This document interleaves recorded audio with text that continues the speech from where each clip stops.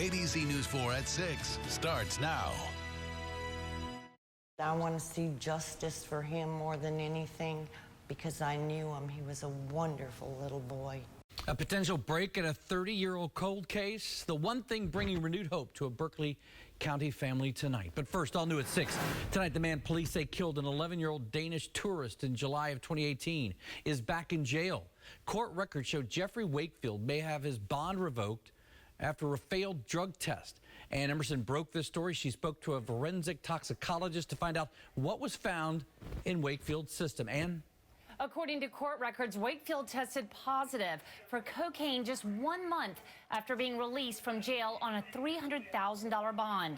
Yet he remained free on bond for 5 more months before heading back to jail. Wakefield, charged with reckless homicide and felony DUI, is awaiting trial.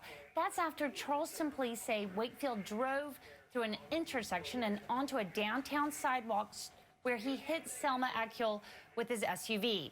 11-year-old Selma and her family were visiting Charleston from Denmark at the time. Akil died from her injuries the following day.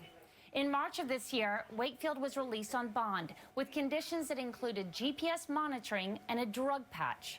The judge ruled at that time Wakefield's movements and drug testing results were to be reviewed every month by prosecutors and his bonding agency. 1 month later, in May, the drug patch was tested and came back positive for cocaine, a clear violation of his bond. In fact, according to the forensic toxicologist that I spoke with, Wakefield tested 3 times over what's considered a positive amount of cocaine. After that failed drug test, Wakefield remained free until October 8th. That's when he was booked back into the Alcannon Detention Center. We've reached out to Wakefield's attorney for comment, but have not heard back yet. Working for you, Ann Emerson, ABC News 4. Wakefield will be back in court for a new bond hearing next Wednesday. Lots of clouds out there this afternoon and a few light rain showers. Here's what it looks like with the water taxi leaving the Mount Pleasant side, headed over toward downtown. Our live Skyview network shows plenty of clouds, 72 degrees. Temperatures stayed a little cooler today because of the clouds and the rain. Showers just now working into downtown Charleston right along Wentworth Street there and Rutledge Avenue.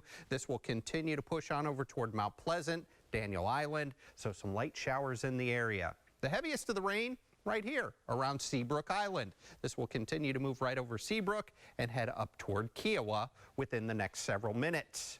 Around the low country, not a whole lot of rain, just some spotty showers, and we're going to see more of that rain, especially after midnight tonight. Here's how Futurecast sees it. We start at 6 p.m., wind forward in time, just spotty showers through 8 o'clock. That'll continue up toward midnight, and then as we go after midnight, 2 o'clock in the morning, some heavier rain crossing the Savannah River, and there it is, about 5 o'clock in the morning, some of the heaviest rain working through, steady, not too heavy, and we need that good soaking rain. 8 o'clock in the morning, starting to see a break, just in time for the morning commute. And then as we go through the day tomorrow, spotty showers will be possible just about any time. We'll take a look at those rain chances, when we're going to see some cooler temperatures, and why not get a look at the weekend? That's all coming up in just a few minutes. $750,000. That's the estimated cost in property damage at the Harbor Point Apartments after this weekend's fire.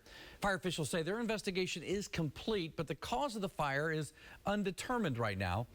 We previously reported this wasn't the first fire to happen at that complex in Mount Pleasant. We went back, found 3 other calls for a fire in the past few years there, dating back to 2013. At just 19, Jordan Jackson opened his own store in Northwoods Mall. It was a long-time dream. But tonight, he tells our Erica Lunsford exclusively why he's closing up shop and what comes next. Erica?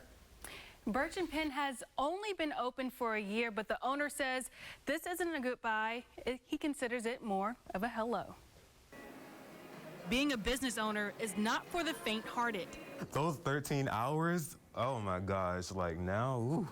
Tired, but I'm grateful. Jordan Jackson put everything he had into his first venture, a women and men's fashion boutique. But just like the trends, his vision has changed. There's a lot that factored into this, but I think more so it was just the timing. I think when I prayed for signs, God showed me every single sign, so it's time to move on to the next. Now 20 years old, that next project is in its planning stages. And Jordan doesn't want to reveal too much. Birch and Pin 2.0 is going to be totally different, like a whole experience.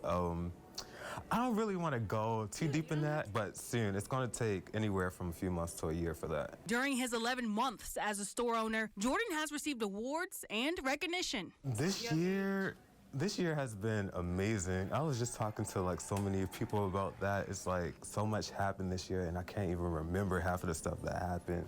Birch and Pin will officially close its doors on October 31st, but just like the saying, another one opens. I was here to show you guys that it's possible to follow your dreams, and this is only the beginning, so definitely be sure and live your life unapologetically each and every day. And this is not the end, this is only the beginning. Until next time, peace. Jordan is also working on an anti-bullying campaign with a nonprofit he helped start up called Strengthening the Village. Eric Lunsford, ABC News 4.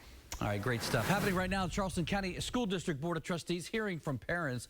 The board is addressing questions on recently proposed improvements initiatives, including partnership school zones and partial magnet schools. That event is at Hot Gap Middle School, taking place right now. Will end at 7. Now, if you could not make that session, there will be another one tomorrow at Lang Middle School. All right, Colleton County School District just rolled out a new tip line system called Crisis Go. The tip line allows students and parents to confidentially report any potential threats. Now, you can report on a number of things, bullying, alcohol, drugs on campus. It's this easy. Just go down, click on Report Bullying. There you go. Also, you can talk about weapons on campus, anything else that could impact school safety. Just click on what you want to report and then fill out this form right here. Notice it does not require you to provide a name to report an incident. We posted the link to the tip line on our website. You can find us at abcnews4.com. Still ahead at 6. This video might be from the West Coast, but earthquakes can happen anywhere. Why people in the Low Country are preparing for potential quakes this week. And break out your calculator. Why math is being celebrated around the world today.